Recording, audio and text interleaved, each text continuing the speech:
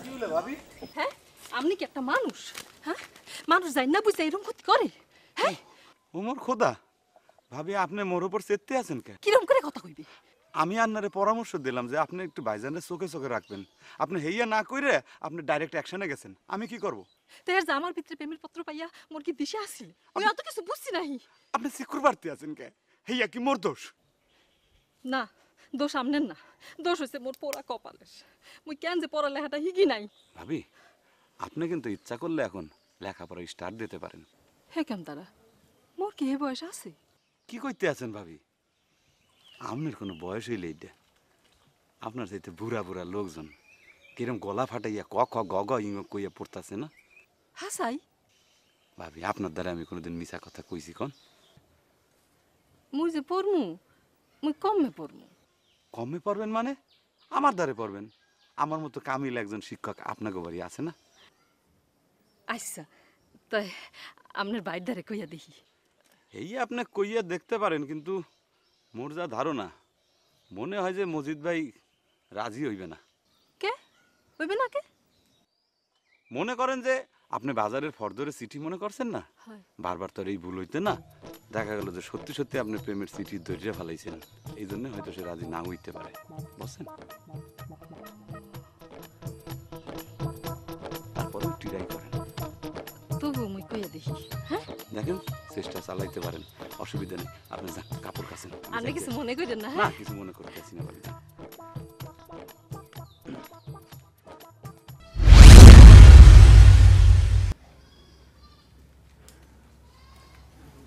খালুদান, একটা কথা আমি কিছুতেই বুঝে পারতেছি না। এই যে সম্রাট কথায় কথায় বাড়ির ভিতর ঢুকার জন্য যে উতলা হয়ে ওঠে, কিসের জন্য কোন তো? প্রশ্নটা তো আমারও বাচ্চা। তোমার দোস্তের কাজ কামে কোনো মন নেই, তাই না? জি খালুদান, আপনি ঠিক কথাই কইছেন। আর তার যদি মনই থাকবি তাহলে বলে এই সিরিয়াস সময় সে কি বাড়ির ভিতর ঢুকতেছে এখন? আর একটা কথা খালুদান, সে কিন্তু কথায় কথায় আমাকে খালি হুকুম করে। আচ্ছা আপনি কোন আমার হুকুম করার মতো যোগ্যতা কি তার আছে? আর সে তো এই অঞ্চলের কোনো পাবলিক না, সে ভিন্ন একটা অঞ্চল থেকে আমাদের গ্রামে আইছে। আর সে হলো একজন বহিরাগত। আর আপনি কি তাকে আমাকে শাসন করা, হুকুম করার অধিকার বা ক্ষমতা কোনো কিছু দিচ্ছেন? তোমার কি মাথা খারাপ হয়েছে? আমি কি সেই ক্ষমতা তাকে দিবার পারি?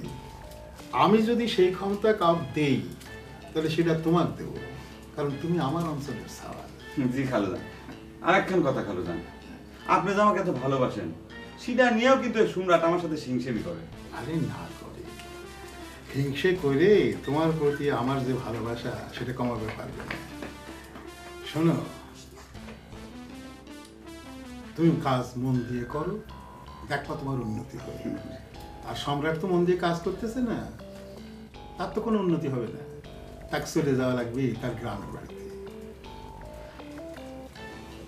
খালুদান একটু হাতখান দিবেন এদিক। হাত খান কি করবে? এটা টিপে দিচ্ছেন। ও আচ্ছা, দাও।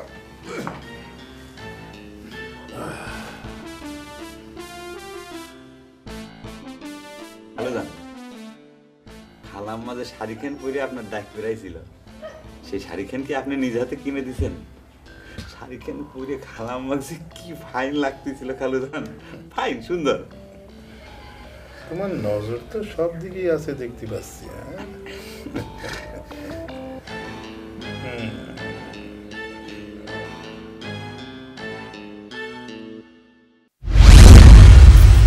কাল রাতে তুমি বাঁশি বাজাইলে না কে? তুমি জানো না তোমার বাঁশি না শুনলে আমার রাতে ঘুম আসে না। আমারও তো বাঁশিখান না বাজাবে পারলে পরে দম বন্ধ হয়ে আসে। তাহলে বাঁশি খান কনে তুই খালি হাতে ঘুরে বেড়াচ্ছাও? আর কইও না, ওই যে আমাকে ময়রম আমার বাঁশিখান কাটিয়ে নিছে। কে ময়ূরম বাঁশি কালি নিবি কে? কয়দিন হয় জেদ ধরিছে, তাকে নিয়ে সিনেমা দেখ ফের যাওয়া লাগবে। আমি রাজি হই নাই, আর সব রাগ এসে পড়েছে আমার বাঁশিখানের উপর।